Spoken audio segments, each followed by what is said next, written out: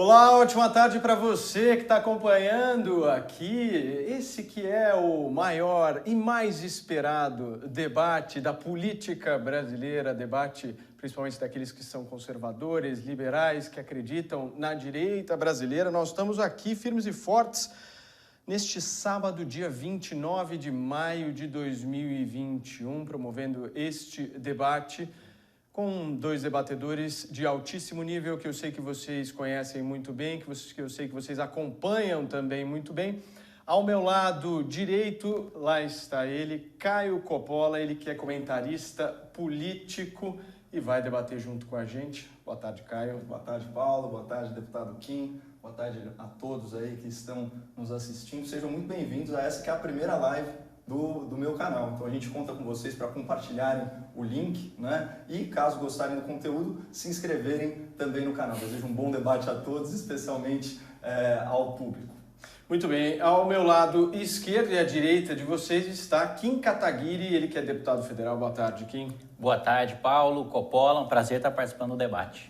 Muito bem, este debate está sendo feito com um apoio irrestrito do CPJur, do Centro Preparatório Jurídico. Eu tenho aqui alguns agradecimentos antes da gente iniciar a nossa conversa, a nossa discussão aqui. Eu gostaria muito de agradecer, em nome da professora Maria do Carmo Cefair, ela que é reitora do grupo CEUNI FAMetro. Agradecer ao Dr. Wellington Lins de Albuquerque, ele que é mantenedor presidente do grupo FAMetro, estão nos acompanhando lá diretamente de Manaus. O professor Felipe Venturini, que é idealizador do Núcleo de Educação Política e Renovação aqui do CPJur. Eles proporcionaram para a gente toda essa infraestrutura que vocês estão vendo para que esse debate realmente acontecesse. Então, eu gostaria muito de agradecer. E, em nome deles, em nome do Grupo FAMetro, eu gostaria de chamar o Wellington Lins Júnior, ele que é diretor administrativo universitário do grupo, para dar uma palavra. Por favor, Wellington. Boa noite, Paulo. Boa noite a todos os telespectadores. Boa noite, Caio. Boa noite, Kim. É uma honra poder ajudar aqui com as estruturas do CPJur e do nosso Núcleo de Educação Política. Democracia se constrói com opiniões, com divergências, com diálogo. E esse é o propósito do nosso CPJur e do Núcleo de Educação Política. A FAMetro do Amazonas, Manaus e o CPJur de São Paulo estarão sempre de portas abertas para promover o debate, a democracia e o espírito político que falta em todos nós. Vamos assim construir o debate e eu tenho certeza que hoje será um evento de muito sucesso. Parabéns a todos, Paulo, Kim, Caio, muito obrigado. Obrigado, Wellington. Obrigado. Muitíssimo obrigado. Muito bem, minhas excelências, nós estamos agora com 53 mil pessoas ao vivo nos acompanhando, a gente agradece bastante, a expectativa é muito alta para esse debate, mas antes aqui da gente iniciar os nossos temas, que está tudo programado por aqui, as regras do debate que eu vou explicar, eu gostaria de dar uma palavra extremamente objetiva aqui, para que a gente já tenha a linha mestre desse debate. Vocês dois são pessoas que eu tenho um profundo respeito e uma admiração gigantesca, tanto Caio Coppola quanto o deputado Kim Kataguiri. E a minha função aqui é uma função de simplesmente mediar, fazer com que a democracia aqui prevaleça e principalmente que vocês possam ter as regras sendo absolutamente válidas daquilo que vocês haviam combinado. Eu gostaria imensamente de pedir que esse debate seja um debate de altíssimo nível, propositivo, firme como ele precisa ser, mas que ofensas pessoais sejam evitadas aqui em respeito não apenas a mim como mediador, mas também às pessoas que estão nos acompanhando de casa. Certo? De acordo? Ambos? Certíssimo. Muito bem. Deixa eu explicar para vocês as regras deste debate. Nós vamos ter 5 temas no debate entre Caio Coppola e Kim Kataguiri. 2 temas foram escolhidos pelo deputado Kim Kataguiri, 2 temas foram escolhidos pelo Caio Coppola e um tema, nós 3 juntos entramos num acordo. Quais foram os temas escolhidos pelo deputado Kim Kataguiri? O primeiro, Bolsonaro e a direita. O segundo, a condução de Bolsonaro na pandemia da Covid-19. Quais foram os temas que Caio Coppola escolheu? Infraestrutura, os transportes no Brasil, recuperação do emprego. E o tema em comum que nós 3 aqui acordamos para que seja feito é um tema visando as eleições de 2022, um debate sobre as eleições de 2022. Nós teremos 2 minutos e 35 segundos para cada um fazer as suas considerações iniciais sobre um determinado tema, 1 minuto e 10 de réplica, 35 segundos de tréplica, lembrando que todas as regras do debate foram acordadas entre os dois e nós estamos aqui fazendo valê-las, certo? Muito bem, podemos começar então? Então, segundo o nosso sorteio aqui, que nós fizemos, um sorteio extremamente tecnológico, numa caixinha de papel, nós vamos então começar com o tema condução do presidente Jair Bolsonaro na pandemia, certo? E o primeiro a falar, segundo o nosso sorteio aqui, é o deputado Kim Kataguiri, que terá a partir de agora, vou pedir para o nosso cronômetro estar já ligado, 2 minutos e 15 para suas considerações iniciais sobre o tema Bolsonaro, a condução de Bolsonaro na pandemia. Kim.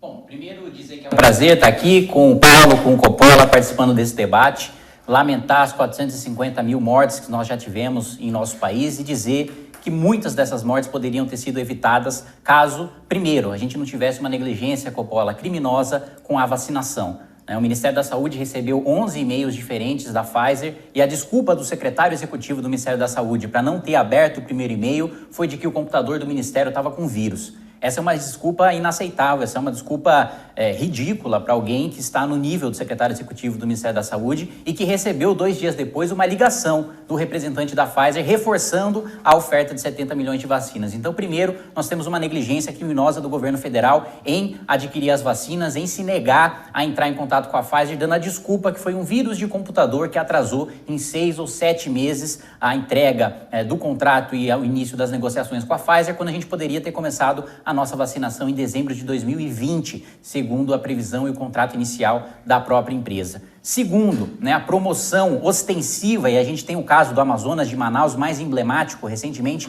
saiu um vídeo da Capitã Cloroquina, lá da Maíra Pinheiro, 2 dias antes do colapso de saúde em Manaus, dizendo que a cloroquina era o meio mais eficaz para se combater o coronavírus e que evitaria internações de UTI. 2 dias depois foi o morticínio que a gente infelizmente assistiu em Manaus, no Amazonas, promovido pelo uso deste medicamento que você, Coppola, já disse ser promissor e já disse ter boas evidências de que funcionaria. Então, o meu primeiro questionamento ao Caio Coppola é o seguinte: tendo em vista aí as 450 mil famílias que perderam seus entes queridos, tendo em vista o desastre completo de um presidente da República defendendo um medicamento comprovadamente ineficaz e que, inclusive, pode agravar a situação da pandemia, se o Coppola se desculpa ou se arrepende de ter dito que Pazuello é um ministro qualificado, que cloroquina era promissora e poderia ser utilizada no tratamento do coronavírus e que também a mortalidade da coronavírus seria menor ou igual, semelhante à da gripe para aqueles menores de 70 anos de idade.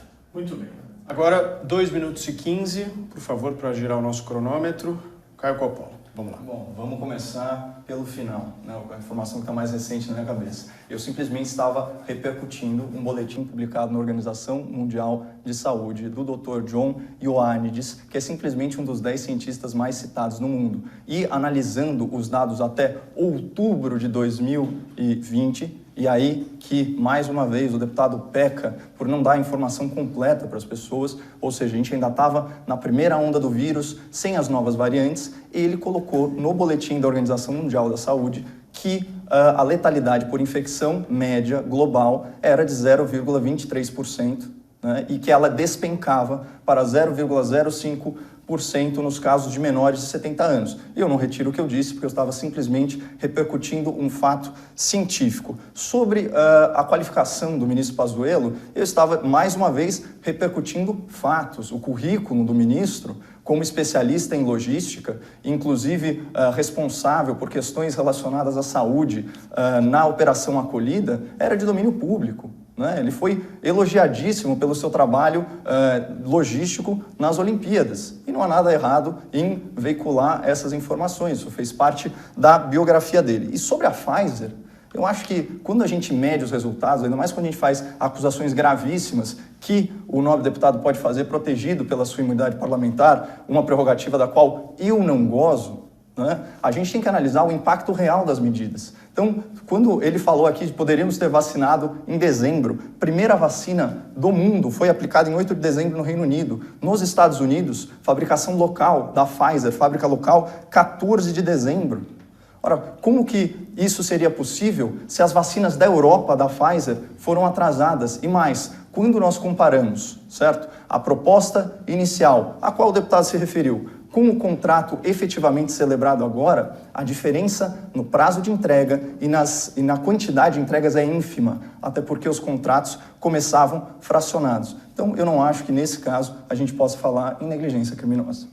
Muito bem, vamos para a réplica do deputado Kim Kataguiri. Kim, você tem 1 minuto e 10 segundos a partir de agora.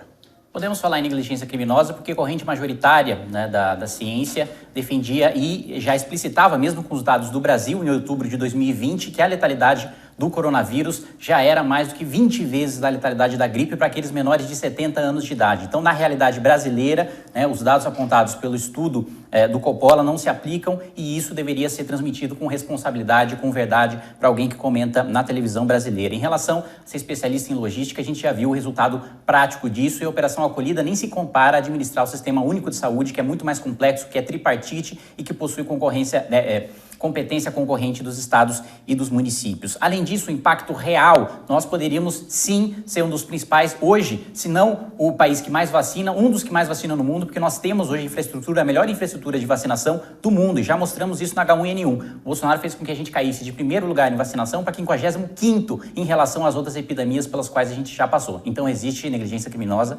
sim. Ok, Coppola, 1 minuto e 10. Bom, mais uma vez, o deputado desqualifica o nosso debate quando ele fala do estudo do Coppola. Um estudo publicado no Boletim da Organização Mundial da Saúde por um dos 10 pesquisadores mais citados, né, em papers científicos, não pode ser qualificado como estudo do Coppola. Ainda mais um estudo que levou em conta dados de centenas de cidades brasileiras. No caso, a média da mortalidade analisada aqui no Brasil era de 0,29%. E as comparações com a gripe e com a pneumonia foram feitas com base nos números da própria OCDE. Então, isso é ciência. Claro, essa doença, ela evoluiu. Talvez se o mesmo pesquisador fizesse um novo estudo, a letalidade seria maior. Mas o importante é o seguinte, no debate público há uma confusão sobre a letalidade dessa doença. Por quê? Porque os cálculos negligenciam a subnotificação nos casos. Então, quando a gente vê que tem 15, 16 milhões de casos confirmados, a gente sabe, por estimativas, que esse valor é 5, 6 vezes maior. Então, isso é pertinente do ponto de vista matemático e eu não vou admitir que você fale que esse é um estudo meu, sendo que isso é um estudo da Universidade de Stanford. Ok. Kim, tréplica, 30 segundos. Primeiro que eu disse que é um estudo seu, eu disse que é um estudo que você citou. E segundo que com certeza a taxa de mortalidade revista agora seria aumentada em 4,2%, muito mais letal, inclusive do que você já havia afirmado de que a recessão econômica seria mais grave do que a pandemia, poderia matar mais do que a pandemia. Na verdade, o que a gente tem é gente morrendo de fome por dia, 17 pessoas, ou seja, em um ano a pandemia, a fome mata muito menos do que a pandemia. E para além disso, também, sem dúvida nenhuma, ignorar todos os estudos sobre a nova variante que a gente poderia ter evitado caso a gente tivesse controlado a pandemia. Okay. Coppola, 30 segundos. O Kim, ele peca pela falácia do anacronismo. É muito fácil a gente, numa posição privilegiada agora, ser engenheiro de obra feita. Né? Então, quando a gente propõe os números, olha, eu falei embasado por um estudo que afirmou que houve mais de 500 mil casos, né, só de spike em casos de câncer devido à última recessão econômica. Tem um estudo internacional do Brasil com o Reino Unido mostrando que só na população jovem adulta, a partir da população jovem adulta, por causa da recessão econômica do governo Dilma Rousseff, houve no mínimo 31 mil mortes. Obrigado. Muito bem, nós estamos ao vivo aqui com nada mais nada menos do que 93 mil pessoas acompanhando este debate que só está começando. Nós estamos aqui terminando agora o primeiro tema e este tema foi a condução do presidente Jair Bolsonaro na pandemia. Agora nós vamos ao segundo tema e vamos falar sobre infraestrutura, os transportes aqui no Brasil. E quem começa agora é o Caio Coppola, e ele terá 2 minutos e 15 segundos, a partir de agora. Muito obrigado, Paulo. Bom, eu escolhi esse tema da infraestrutura porque, assim como você, eu acompanho o noticiário, não tem como nós não sermos bombardeados pela negatividade do jornalismo militante e a sua perspectiva sempre pessimista em relação ao Brasil, em relação ao futuro. Então, só para oferecer um respiro, inclusive nos temas desse debate, eu acho que seria legal a gente dar um pouquinho de espaço para o Brasil que dá certo. Vamos lembrar o que é o Ministério da Infraestrutura. O Ministério da Infraestrutura ele é o sucessor do Ministério dos Transportes, uma pasta que era marcada por corrupção e por loteamento político. Inclusive, foi nessa área, nesse segmento, que a Polícia Federal fez aquela investigação do inquérito dos portos, que ensejou a famosa denúncia da Procuradora-Geral da República, a doutora Raquel Dodge, contra o presidente em exercício, Michel Temer, por corrupção passiva e também por lavagem de dinheiro. Agora, vamos esquecer isso. Qual que é a realidade atual? Há um quadro técnico, um servidor de carreira à frente do Ministério da Infraestrutura, que é o ministro Tarcísio Gomes de Freitas. E o que ele fez? Ele não apenas estancou a corrupção, como ele trouxe a agenda liberal para essa pasta. Então, por exemplo, já que eu citei os portos, isso não é uma informação difundida, mas hoje no Brasil, todos os portos operam no azul. Em 2020, o Porto de Santos teve lucro recorde de mais de 200 milhões de reais. Não é? E além disso, muita coisa do governo sendo transferida para a iniciativa privada. São 70 ativos no total. Então, só de aeroportos são 34, só de terminais portuários são 26. O Brasil finalmente está diversificando o seu modal de transporte, investindo direito no quê? Em malha ferroviária. Né? Então, essa é uma novidade que o ministro trouxe para o seu ministério e eu vou entrar um pouquinho mais em detalhes, principalmente sobre a questão das ferrovias, se eu tiver oportunidade no próximo comentário. Muito bem, deputado Kim Kataguiri, 2 minutos e 15 segundos. Vamos lá, primeiro sobre negatividade do jornalismo militante, né? É evidente que as notícias que vão tomar o noticiário são sobre os 450 mil mortes e sobre a grave crise econômica que a gente vive na maior crise econômica da história do nosso país. É o que mais choca, é o que mais chama a atenção, né? Você colocar em segundo plano uma concessão, uma rodovia, é evidente que não tem absolutamente nada a ver com o jornalismo militante. Aliás, essa era exatamente a mesma desculpa que o PT utilizava para colocar a imprensa na oposição, para dizer que o principal inimigo era a imprensa. Mas vamos falar sobre trazer a agenda liberal para dentro do Ministério da Infraestrutura. Com todo o respeito que eu tenho e admiração ao ministro Tarcísio de Freitas, ele não é um liberal e ele não levou uma agenda liberal para o Ministério da Infraestrutura. Ele, pelo contrário, comandou o PAC 2 da Dilma, 1 trilhão 500 bilhões de reais. Ele está aí. Quem trouxe, aliás, Tarcísio pelo governo foi a presidente Dilma Rousseff para comandar o DENIT e ele comandou a maior parte das pavimentações das rodovias no seu governo e depois no governo Michel Temer e foi elevado ao posto de ministro no governo Bolsonaro, que continuou o programa de parcerias e concessões que já havia sido idealizado pelo próprio Tarcísio no governo Temer. Então, primeiro, os números que a gente tem de infraestrutura são os piores desde 1947, né, de investimento. Caso o governo Bolsonaro queira cumprir a sua meta até 2022, ele vai demorar só até 2044. Então, nós estamos muito atrasados. Segundo, o ministro Tarcísio Gomes é um ministro desenvolvimentista, não é um ministro liberal. Ele aceita parcerias com a iniciativa privada, assim como Ciro Gomes também aceita parcerias com a iniciativa privada, mas ele não acredita no investimento privado como vanguarda da infraestrutura. Ele acredita no investimento público. Pode até ser executado e conduzido pela iniciativa privada, mas saindo dos cofres públicos, tanto que ele mesmo foi um dos idealizadores do programa Pro Brasil, que o próprio Coppola criticou como sendo um PAC 3, como sendo um programa desenvolvimentista. Né? Em relação também ao programa de parcerias e concessões, o número de parcerias e de concessões dito pelo Coppola parece alto, mas no governo Lula você teve, por exemplo, 3 ou 4 vezes maior esse número de concessões e de parcerias nos 2 primeiros anos de mandato, o que não faz com que seja justificável você defender o governo Lula só porque ele fez meia dúzia de rodovias, justificar Mensalão, Petrolão, o maior escândalo de corrupção do país, assim como não se defende o governo Bolsonaro por isso. Muito bem, Coppola, 1 minuto e 10 segundos para a sua réplica. Não, é lamentável ver o Kim nessa necessidade patológica de criticar o governo, não reconhecer bons resultados e julgar as pessoas pelo seu passado. Se a mesma lógica fosse aplicada a ele, a gente poderia falar que ele é um militante bolsonarista. Então é o seguinte, o que o Kim se refere como orçamento da infraestrutura, ele realmente foi enxugado, só 6 bilhões de reais. Mas não é aí que está o pulo do gato. Na verdade, a questão é mais complexa. Por quê? Porque o que a gente julga no Ministério da Infraestrutura de inspiração liberal é justamente o investimento privado contratado, que até hoje já são 80 bilhões de reais né? A meta para esse ano é de 140 bilhões e a meta para o final do mandato é de 250 bilhões. Como falar que esse ministro não tem inspiração liberal se nós estamos falando agora no segundo semestre da privatização, primeira privatização de um porto no Brasil, no Espírito Santo, e na sequência também o porto de Itajaí, de São Sebastião e até o porto de Santos. Vocês conseguem imaginar a quantidade de interesses dos congressistas, colegas do nobre deputado, que o ministro Tarcísio está enfrentando, as máfias nessa situação?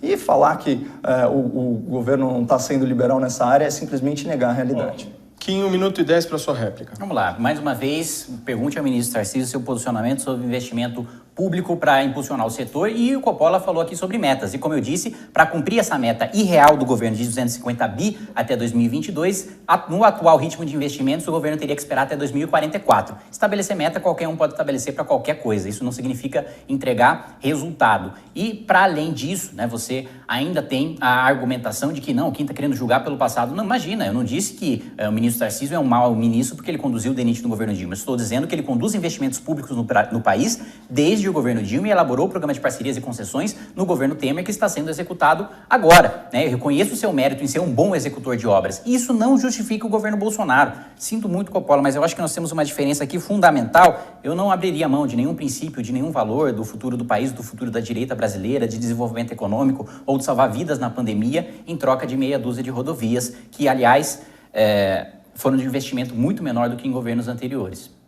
Coppola, 30 segundos para sua tréplica. A meia dúzia de rodovias a qual o deputado se refere, desinformando o público, são 1.400 quilômetros de rodovias duplicadas e pavimentadas, algumas delas responsáveis por uma queda sensível no preço do frete. A agenda antiliberal que ele mente para o público, falando que é do ministro Tarcísio, é a concessão, né, aliás, a privatização, o leilão, né, da Ferrovia Norte-Sul, que era um projeto de 1985 e que só agora realmente está servindo ao seu escopo, que é escoar a produção do agro. Perfeito. Kim, 30 segundos para sua tréplica. PPP e infraestrutura, todos os outros governos passados fizeram e esse governo não tem feito nada de novo, pelo contrário, tem seguido o programa de parcerias e investimentos do governo Temer. Para além disso, 1.400 quilômetros de rodovia duplicada parece muito no Brasil inteiro, mas só o estado de São Paulo já fez mais de 3.500 quilômetros, ou seja, o resultado ainda é pífio de pavimentação e de duplicação de rodovias ao redor do país. Tudo isso para, além disso, dizer que a meta continua sendo os 250 bilhões, que só seria atingido no atual ritmo de investimentos em 2044.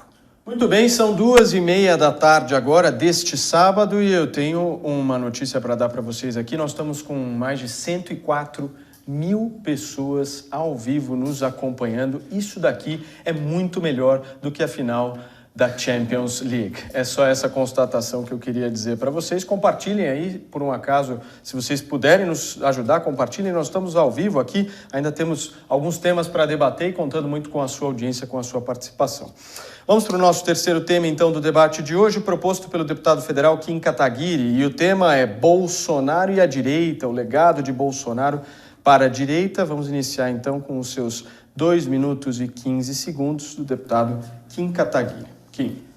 Coppola, Bolsonaro pegou um país, né, em 2016 com uma esquerda absolutamente destruída, com Lula preso, inelegível, impopular. Além disso, com inflação baixa, com reforma trabalhista, com o PEC do teto de gastos. Pegou um país propício para que a direita finalmente ascendesse ao poder e ficasse lá durante pelo menos 12, 16, 20 anos. E o país que ele nos entrega é um país de retrocessos no combate à corrupção, nomeação de um petista para a Procuradoria-Geral da República, nomeação de um ministro do Centrão para o Supremo Tribunal Federal, que votou em favor da flexibilização da lei da ficha limpa, em favor do foro privilegiado retroativo. Aliás, a PEC do fim do foro privilegiado foi enterrada pelo governo Bolsonaro dentro da sua base na Câmara dos Deputados. Também, além disso, né, o velho escândalo ali de você ter uma fábrica de chocolate que vende R$27 mil em panetone para um policial militar, que é realmente uma mágica como o sujeito conseguiu fazer isso, além do seu assessor, ser o mesmo assessor que ficava rondando outros 4 assessores no gabinete de Jair Bolsonaro, né, e de Eduardo Bolsonaro, e coincidentemente todos eles sacavam 100% do seu salário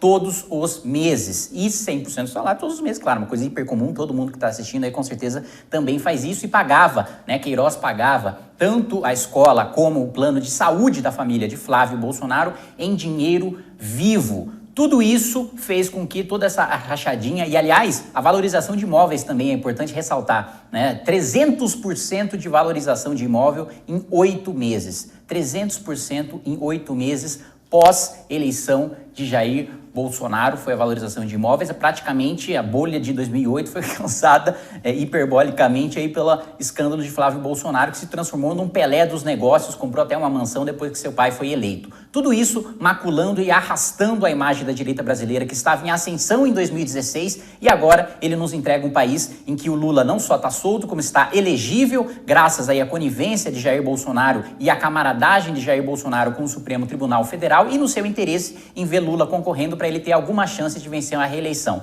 Então, ele pegou um país com uma esquerda destruída e entrega um país com uma direita absolutamente destruída no cenário de terra arrasada. Caio Coppola, 2 minutos e 15 segundos sobre o tema Bolsonaro e a direita. Só para deixar uma linha muito clara, o único aqui entre nós, Kim, que já foi filmado numa defesa enfática do patrimônio imobiliário do presidente da República é você. Né? E outra coisa, o Kim ele confunde o debate público misturando questões que são centrais à administração federal, e é nisso que eu foco, né, os meus comentários, até como eu disse, eu não sou protegido pela imunidade parlamentar, eu não posso fazer o tipo de acusação leviana que ele faz com o passado da família Bolsonaro. Né? São coisas completamente distintas. Agora, sobre o desmonte institucional do combate à corrupção, Kim, e sobre o retrocesso na legislação, no arcabouço jurídico, ora, eu mesmo já critiquei de forma incisiva cada um desses pontos, seja a nomeação do Procurador da República, ou seja a indicação do Ministro do Supremo Tribunal Federal. A diferença é que a minha crítica, ela é sensata, contextualizada e justa. Então, por exemplo, não adianta você colocar todo o peso, né, de uma legislação no presidente que está lá sancionando, quando é o Congresso que faz essa lei. Então, no mínimo, para fazer a crítica justa, você tem que atribuir a cada parte a sua devida responsabilidade. Então, é muito hipócrita você condenar o presidente da República por ter sancionado modificações na lei anticrime, quando foi o senhor Rodrigo Maia, ao qual você deu nota 8 quando estava deslumbrado na Rede Globo, né, sendo entrevistado pelo Pedro Bial, que estava lá desfigurando, para quê? Para barrar a tipificação do crime de caixa 2. É disso que a gente está falando, simplesmente dar a devida culpabilidade para cada ente. Né? O que, por exemplo, Jair Bolsonaro tem a ver com a revisão do entendimento do STF sobre prisão de segunda instância? Então, é isso. A gente tem que fazer uma crítica ponderada. E sobre a direita destruída, eu vou esperar o meu próximo comentário, porque eu discordo completamente. Eu acho que quem destrói a direita, ou tenta destruir, é o MBL. Kim Kataguiri, sua réplica, 1 minuto e 10. Vamos lá, sobre a acusação leviana, a imunidade parlamentar não dá direito de cometer crime, de cometer calúnia, de cometer injúria, de cometer difamação. O Caio Coppola sabe muito bem disso, tanto que o presidente da República, apesar de todas as acusações, não me processa porque sabe que em juízo ele perderia. Como, aliás, o seu filho Eduardo Bananinha já me processou, tentando tirar todas as minhas publicações do ar, e perdeu na justiça, porque a justiça sabe quem é o culpado, quem é que tem as provas de crime contra si, e que, sem dúvida nenhuma, não é o MBL. Em relação a abuso de autoridade, que Jair Bolsonaro, quando deputado, votou contra, e depois, como presidente da República, fez sua base votar a favor, e mais do que isso, Jair Bolsonaro não é só agora um deputado, não é só um presidente da República que sanciona ou que veta. Ele tem uma base gigantesca de parlamentares que ele utilizou para aprovar o abuso de autoridade, que ele utilizou para aprovar o juiz de garantias, e que ele sancionou, coisa que sequer o PT fez, sancionar uma emenda do PSOL, né? E colocando que a crítica dele é sensata, contextualizada, né, e justa, ou seja, as minhas críticas não são insensatas, são descontextualizadas, são injustas, é só tentar desqualificar pela perda, e lembrando que o Rodrigo Maia foi apoiado por Jair Bolsonaro, não por mim, que apoiei o Marcelo. Coppola, 1 minuto e 10 segundos para sua réplica.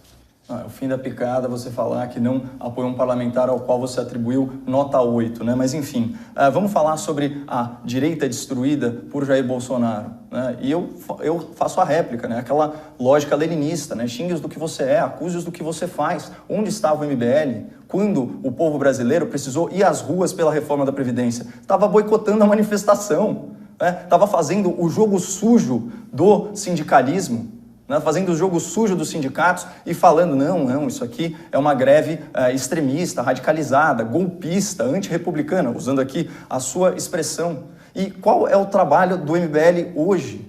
Né? Vocês publicaram aí pelo menos 16 vídeos no intervalo de 40 dias sobre a minha pessoa. Eu sou de esquerda ou eu sou de direita? Então, vocês percebam que essa guerra de atrito, quem faz contra a direita é o próprio MBL, nessa lógica de quem pensa diferente de mim não serve, não presta para o debate público. Então, eu não acho que você tem alguma moral para falar de destruição à direita, porque você se dedica muito mais a isso do que a própria esquerda.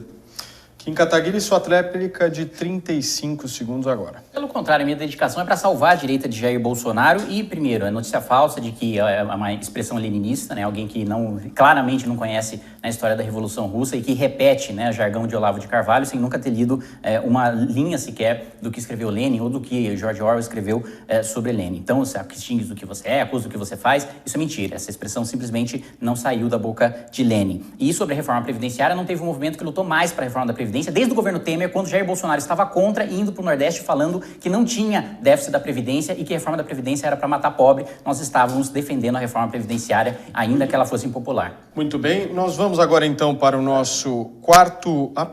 Perdão, Caio, perdão, por favor. A sua tréplica, 35 segundos. Perdão. É um absurdo ouvir que o presidente da República é quem tisna a imagem da direita, quando no Congresso Nacional do MBL de 2019, os membros do movimento estavam lá aplaudindo de pé o ex-presidente réu Michel Temer, que à época, em 2019, respondia a nada menos que uma dezena de processos e já havia sido detido ou...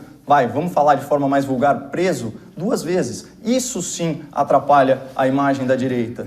Isso sim está associado a esse tipo de político e até hoje prestando vassalagem e bajulando ele nas redes sociais. Muito bem, agora sim nós vamos para o nosso quarto tema, este tema que foi escolhido pelo debatedor Caio Coppola, e o tema é recuperação do emprego. Nós teremos aí 2 minutos e 15 segundos para as considerações iniciais sobre esse tema. Querem tomar uma água? Tá tudo certo? Podemos? Nós estamos aqui dando um pau na Champions League, literalmente. Manchester City e Chelsea ficaram para depois, estão com 121 mil pessoas agora aqui ao vivo nos acompanhando às 2h39 da tarde. Aliás, muita gente falou que esse debate seria gravado. Nós estamos ao vivo aqui, 2h39. Coppola, recuperação do emprego no Brasil, 2 minutos e 15. Bom, aproveitando o ensejo, agradecer aí essa prestigiosa e maciça audiência. Vamos falar de emprego, porque os nossos espectadores são um pouco mais antenados, devem ter percebido, se não me engano foi na quinta ou na sexta-feira, o Instituto Brasileiro de Geografia e Estatística divulgou, né, a nova taxa de desemprego, que é recorde, 14,7%, isso representa cerca de 14 milhões e 800 mil desocupados. Claramente, isso é uma linguagem técnica, certo? Como que o IBGE chega a esses números? É através da PNAD, né, a Pesquisa Nacional por Amostra de Domicílios Contínua. Né? Então, trata-se, na verdade, de uma projeção estatística feita com base em pesquisas. E ela contempla tanto os trabalhadores informais quanto os trabalhadores formais. O que não é divulgado, muito divulgado na grande imprensa, e que serve como uma métrica complementar e que a gente tem que prestar atenção para ver qual o estágio da evolução da nossa economia. É o CAGED, o Cadastro Geral de Empregados e Desempregados, que puxa dados aí do E-Social, puxa dados também do Web Empregador, e a gente consegue formar o saldo líquido de empregos com carteira assinada. Então, surpreendentemente, o mercado de trabalho brasileiro mostrou muita resiliência. Em 2020, ano da pandemia, ainda assim foram 142 mil novos empregos de carteira assinada gerados. Quando a gente traz agora para esse ano, no acumulado até abril, a gente está falando de 957 mil empregos de carteira assinada gerados. Pessoal, isso é muita coisa, né? E a gente tem que olhar com uma atenção especial para esse número, porque o emprego de carteira assinada ou emprego CLT, né, ele é a forma mais burocrática e mais onerosa de fazer uma contratação. Então, ele envolve um processo de decisão por parte do empregador que precisa ser levado em conta. Então, ele demora para voltar nos casos de crise. A gente teve o exemplo, por exemplo, da crise da presidente Dilma Rousseff, em 2015 e 2016, foram extintos 2 milhões e 800 mil empregos CLT. Né? E a retomada foi muito mais lenta do que o que está acontecendo agora, e isso associado a outros números macroeconômicos pinta um cenário muito menos pessimista do que o que a gente está acostumado a ver. Muito bem. Kim, 2 minutos e 15 para a gente falar sobre a recuperação do emprego. Bom, quem está vivendo a realidade do dia a dia sabe muito bem que não precisa ser pessimista para você ver a realidade trágica como ela está hoje para a nossa situação econômica. Primeiro, que a principal reforma para a retomada do emprego seria a reforma tributária, que o ministro Paulo Guedes falou há 1 ano e meio que enviaria na semana que vem, a gente está esperando essa semana que vem até hoje. Agora, ele não só disse que não vai enviar na semana que vem, como vai dividir a reforma tributária em 4 partes diferentes e burocráticas, ou seja, a reforma tributária foi absolutamente jogada no lixo pelo governo Bolsonaro e seria a principal para a gente retomar a nossa economia. A reforma administrativa, que seria a segunda principal, o governo Bolsonaro mandou uma reforma administrativa sem ninguém da elite do funcionalismo público, sem juiz, sem promotor, sem político, e ainda boicota a minha emenda antiprivilégio, que faltam só 30 assinaturas para eu conseguir essa pressão dos parlamentares para eles assinarem, que inclui todas as categorias da elite do funcionalismo público, porque Jair Bolsonaro boicota com a sua base essa emenda que melhoraria e muito a situação das contas públicas do nosso país e também do emprego. E para além disso, ele aumenta o próprio salário e coloca um piso ali de R$39 mil praticamente para aqueles militares que acumulam funções dentro do governo, pagos com o seu dinheiro só para ele dar um aumento de salário para si próprio e para o vice-presidente da República. Além disso, o que a gente teve foi o recorde de empregos informais, que é o que mostra exatamente o CAGED que o Coppola acabou de citar. E também uma diminuição da renda média, da renda básica de cada um desses novos empregos, ou seja, são pessoas que pararam de procurar os empregos da sua graduação para procurar subempregos e que conseguiram esses empregos agora ao custo do aumento do índice de miséria. Para além disso, a gente tem aí inflação recorde desde o Plano Real, IPA nos últimos 12 meses, 50%, IGP 37% nos últimos 12 meses. O governo Bolsonaro ligou a impressora, ligou a máquina de fazer dinheiro, expandiu a oferta monetária em 50% nos últimos 12 meses. Nem Lula, nem Dilma fizeram isso. Acho que nem Ciro Gomes, se virasse sócio da Xerox, faria uma coisa parecida com o que o Bolsonaro está fazendo da desvalorização da nossa moeda. E além disso, o Fundo Monetário Internacional ainda mostrou que os países que mantiveram o distanciamento e isolamento social são aqueles que estão recuperando mais rapidamente do pós-pandemia, porque não são as medidas de distanciamento que são recessivas, mas a pandemia em si, que traz insegurança e que faz com que os investimentos fiquem parados, como a gente observou em toda a pandemia da história da humanidade, com o coronavírus não está sendo diferente. Coppola, 1 minuto para sua réplica. Bom, ainda bem que a gente não mora num país tão pessimista quanto o Kim. Ele fala do dólar, ignorando que nos últimos tempos ele sai de 5,70 para 5,20. Bom, ontem ou anteontem, se não me engano, a Bolsa de Valores bateu seu recorde histórico. Isso é um mercado que não tem ideologia, precificando os ativos brasileiros. Investindo no Brasil, em última análise, o volume de crédito superior a 4 trilhões e 500 bilhões de reais também é recorde. Arrecadação recorde de impostos. Ora, isso sinaliza a retomada da economia. E não é possível o que eu ouvi falar aqui, quando todos os especialistas, agências internacionais falavam que o PIB brasileiro ia cair 9%, a retração foi de 4%, e essa semana o PIB desse ano já foi revisto da casa de 3% para 4%. Tem gente cravando que vai ser 5%. Então essa é a realidade. Pessoal, vocês têm que se ater a um fato que é o seguinte: desânimo, desesperança são armas de comunicação política.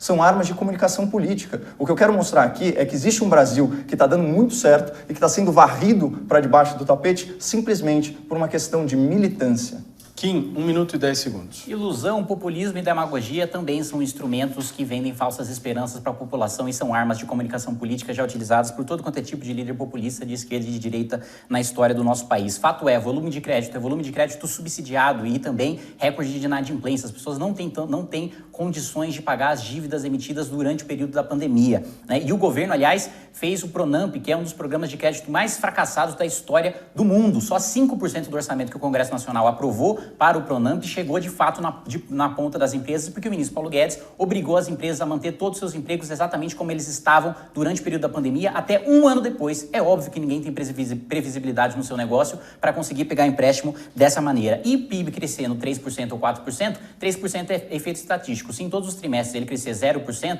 no final das contas o PIB anual cresceu 3%, o que significa que realmente o PIB não cresceu absolutamente nada. É simplesmente crescimento nominal sem crescimento real. É por isso que a gente precisa ir além das manchetes e se ater aos fatos, aos dados, às estatísticas reais dos estudos e ler os estudos por completo.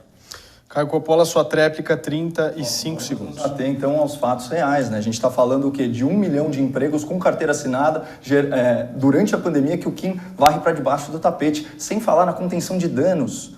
Porque, por meio da MP 936, do secretário especial da Previdência do Trabalho, o programa BEM, de manutenção do emprego e da renda, contemplou mais de 20 milhões de acordos de trabalho. Tem muita gente que está assistindo agora, que está nos assistindo agora, que foi beneficiado por essa flexibilização. Né? A gente está falando o quê? De mais de 1.400.000 CNPJs beneficiados, de mais de 9.800.000 CPFs beneficiados. Então, trocando em miúdos, 10 milhões de empregos salvos.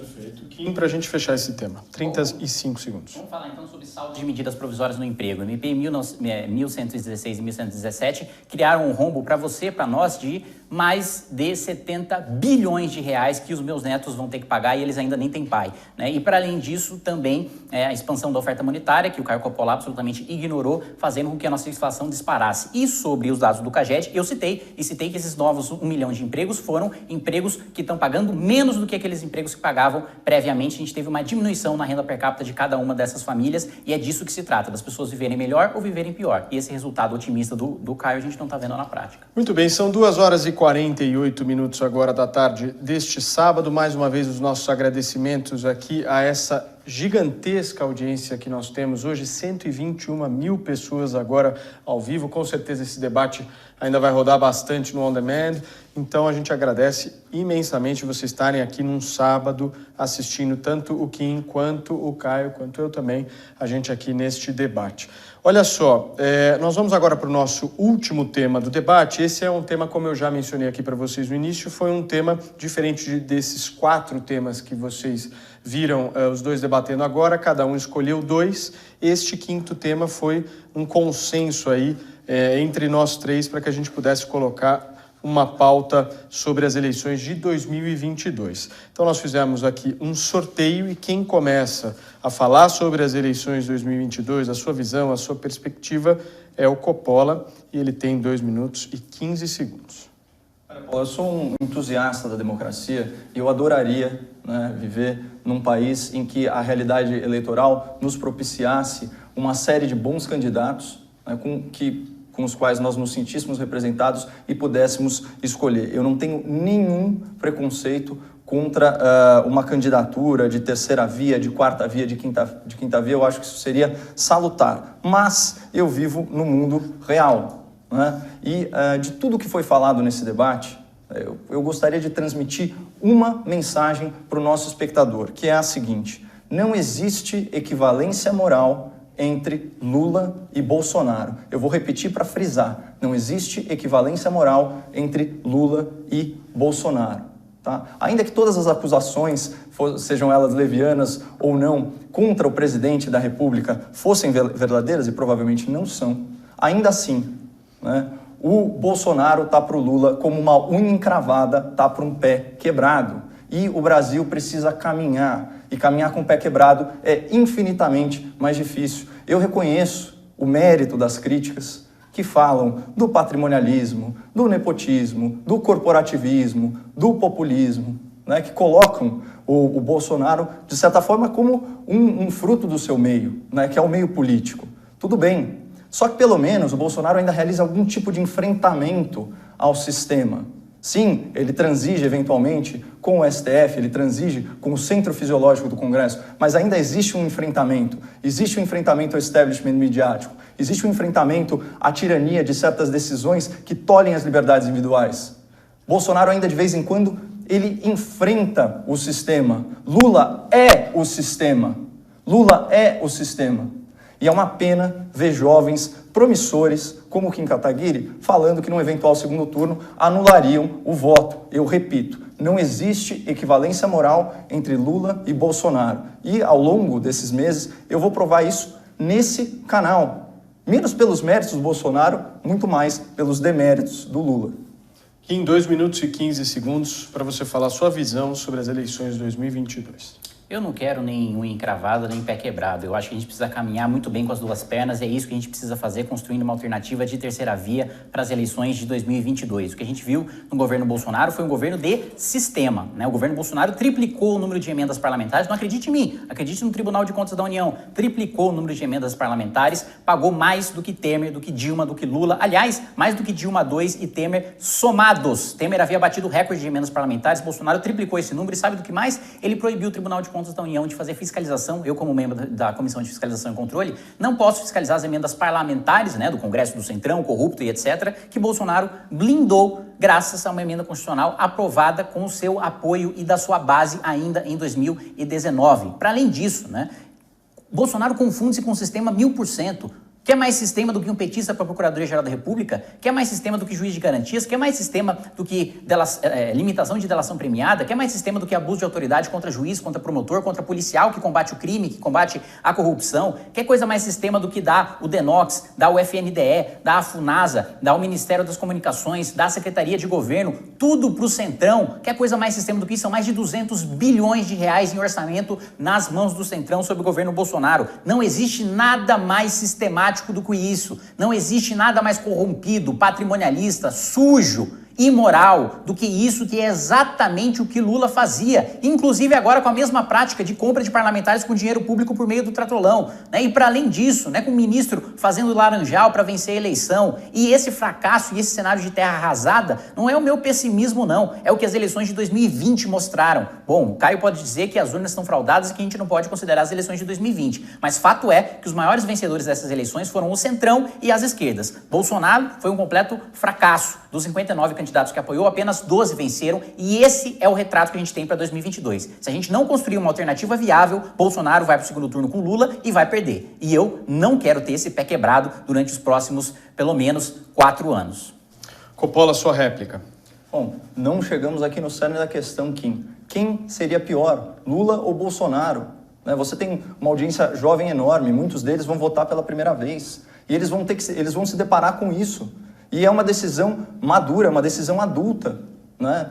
Ainda que tudo que você falou fosse verdade, ainda que fosse, não é, ainda que fosse verdade, não chegaria aos pés do mal que seria a volta do lulopetismo para o Brasil. Né? Você tem, se for para falar, sei lá, numa metáfora em cinema, Bolsonaro é tipo um Rambo, ele está lá na selva, é um sobrevivente, arranja confusão com cada um que cruza o seu caminho. O Lula é o poderoso chefão, ele não move um músculo.